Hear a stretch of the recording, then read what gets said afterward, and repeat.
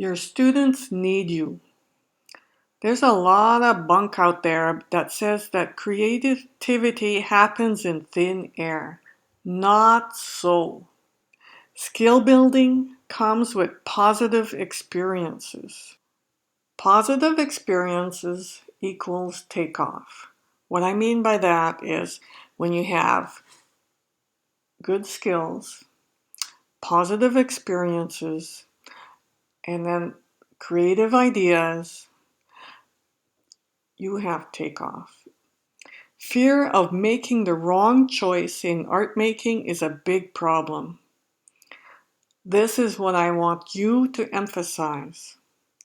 There are no wrong choices in art making. Art making is about personal interpretation. Your personal interpretation is as valid as the next person.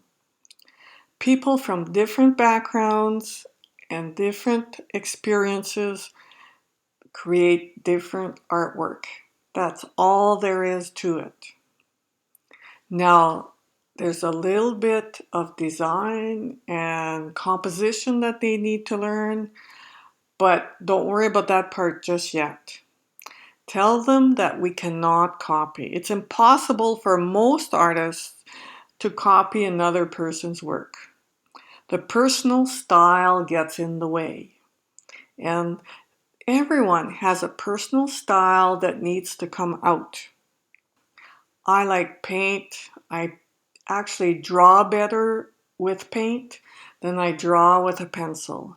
And with my neighbor that's a very fine pen and ink person, she can't even do anything with a brush. So really, when you start creating, tell them that there's a medium for everyone and there's a style for everyone, and they need to know that.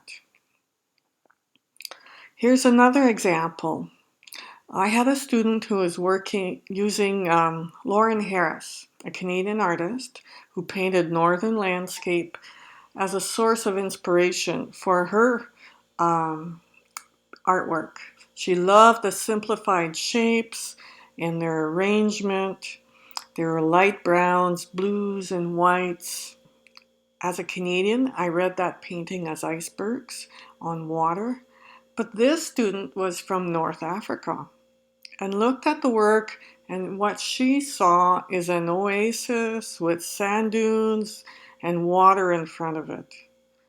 She was really surprised when I told her the history of Harris and how he painted a lot of ice and snow, and that island that she saw there was actually ice.